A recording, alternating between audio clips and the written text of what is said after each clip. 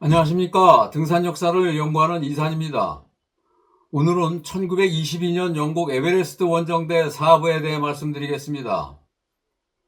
1922년 원정대가 출발하기 전 런던의 원정우연의 임원들은 사실 1차 공격제에서 당시 최고의 실력을 갖춘 조지 핀치와 멜러리가 정상을 공격하면 성공 가능성이 있다고 말을 했었습니다. 하지만 멜러리와 핀치는 서로 좋아하지도 않았고 핀치는 멜러리를 한 수 아래로 보았습니다.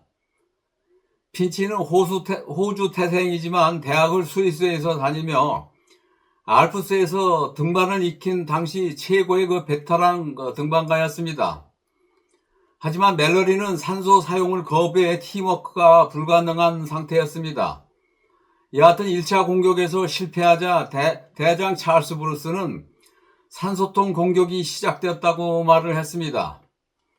2차 공격저 리더 조지 핀치는 등반 경험이 전혀 없는 구루카 젊은 장교 제프리 브루스 대위와 구루카 병사 테즈비루 부라 그리고 전소옥 카메라맨 존 노엘과 함께 산소 장비와 산소통을 점검하고 많은 포터들을 데리고 캠프4로 올라갔습니다. 5월 22일 조지 핀치는 산소통 조수로 제프리 브루스 대위를 잘 가르쳐 둘은 팀워크가 제법 잘 맞았습니다. 캠프4 노스콜 6,900m까지 올라가는데 핀치와 브루스, 카메라맨 존 노엘, 구루카 병사 부라는 중간중간 산소통을 작동해 산소를 마시며 휴식을 취하고 가볍게 3시간 만에 노스콜까지 올라가는데 만족한 결과를 얻었습니다. 산소 장비 사용이 검증이 되었습니다.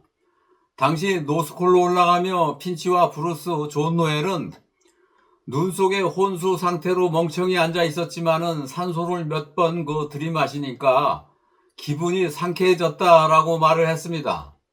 이들은 이 산소가 8,000m 고도에서 우리 목숨을 구해줄 수도 있겠다라고 짐작을 했었습니다.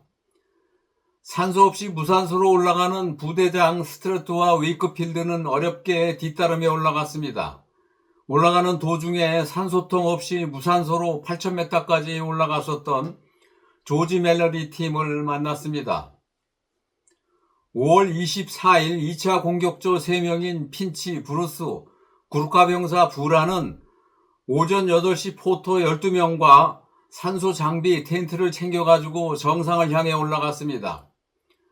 에베레스트에서 최초로 산소통을 메고 7,650m의 캠프5를 설치했습니다. 이 팀은 에베레스트 정상 쪽에서 불어오는 강한 바람으로 텐트에 구멍을 낼 정도의 돌이 날라오고 텐트 고정 줄이 끊어져 로프로 다시 안전하게 맬 때 추위와 강풍으로 3, 4분을 견디지 못하고 악몽 같은 밤을 보냈습니다. 다음날 고소먹은 포터들은 노스콜로 내려보내고 바람이 잠잠해지기를 기다리며 하루를 더 보냈습니다. 조지 핀치는 고소해서 담배가 호흡에 더 좁게 한다는 개팍한 이론을 가지고 연신 담배를 피웠습니다. 제프리 브루스는 언제나 쾌활하고 용감했지만 많이 긴장하고 죽을 상을 하고 있어 핀치는 기분이 좋지 않았습니다.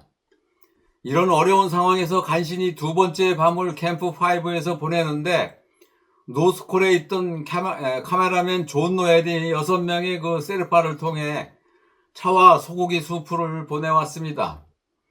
한편 조지 핀치는 텐트에서 산소통을 다시 점검해 되다 안 되다 하는 산소통을 사용할 수 있게 장비를 고치는 바람에 산소를 들이마시니까 즉시 놀라운 효과가 발생했습니다. 이 산소 치료법으로 고소해서 대원 3명은 충분한 잠을 잘 수 있었습니다.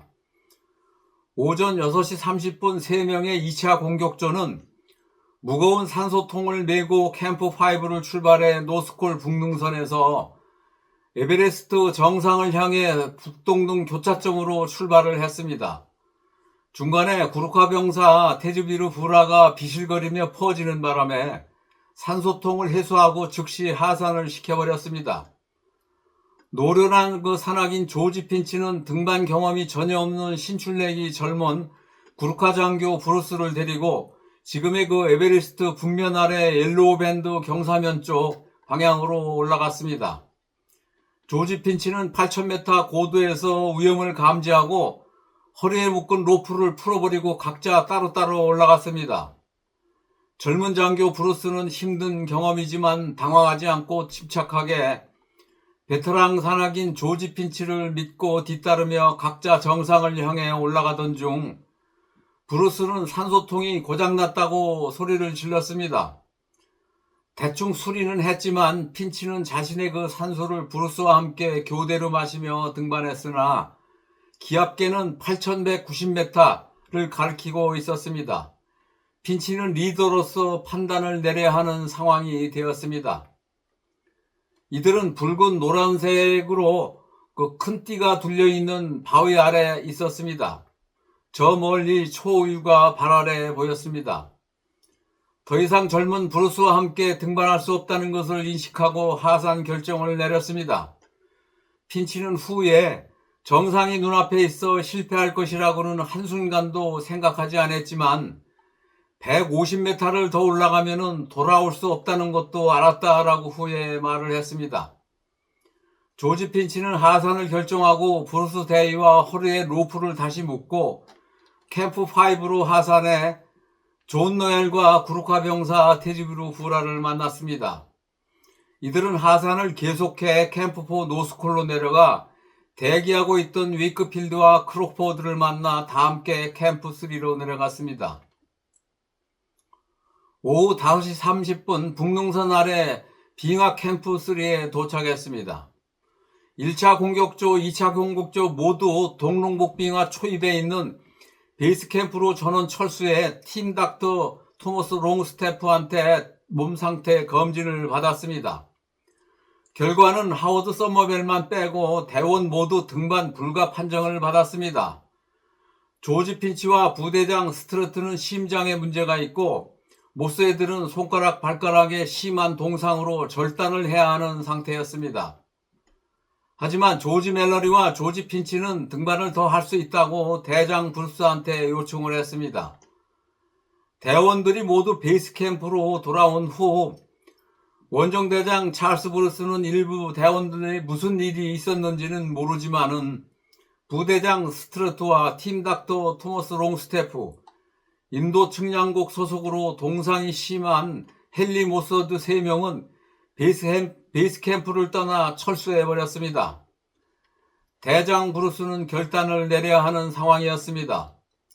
3차 공격을 할 것이냐 말 것이냐 가지고 남은 대원들 모두가 다 함께 논의한 결과 전원 합의하에 3차 공격을 하기로 결정을 했습니다. 당시 최고의 산악인이며 화학자이고 산소통 전문가 조지 핀치는 3차 공격을 위해 출발했다가 몸 상태가 안 돼 돌아온 후 베이스 캠프를 떠나 철수해버렸습니다. 후에 원정위원회 아서 잉크스는 런던으로 돌아온 대원들한테 등반 보고서를 받으며 원정 부대장 스트러트가 베이스 캠프에서 아무런 설명도 없이 철수해 돌아온 것이 얼마나 어리석은 행동인지 아직도 모르는 것 같다고 말했습니다. 1922년 원정 당시 베이스 캠프 한 달 동안 날씨가 맑고 고요한 날은 이틀밖에 없었습니다. 오늘은 여기까지 하겠습니다. 다음은 1922년 영국 에베레스트 원정대 오브에 대해 말씀드리겠습니다. 1922년 원정에서 두 가지는 확실히 검증이 되었습니다. 조지 핀치의 산소통 사용이 고수에서 필요하다는 것이 검증이 되었습니다. 그리고 무산소로 8,000m 고수에서 등반을 해도 금방 죽지는 않는다는 것이 검증이 되었습니다. 1978년 이태리 등산가 라이놀트 메스너는 동료 페터 하벨라와 함께 무산소로 에베레스트를 등정했습니다. 메스너는 세계 최초로 8,000m 14자를 무산소로 등반한 산악인입니다. 등산 역사에 관심이 있으시면 구독해 주십시오. 감사합니다.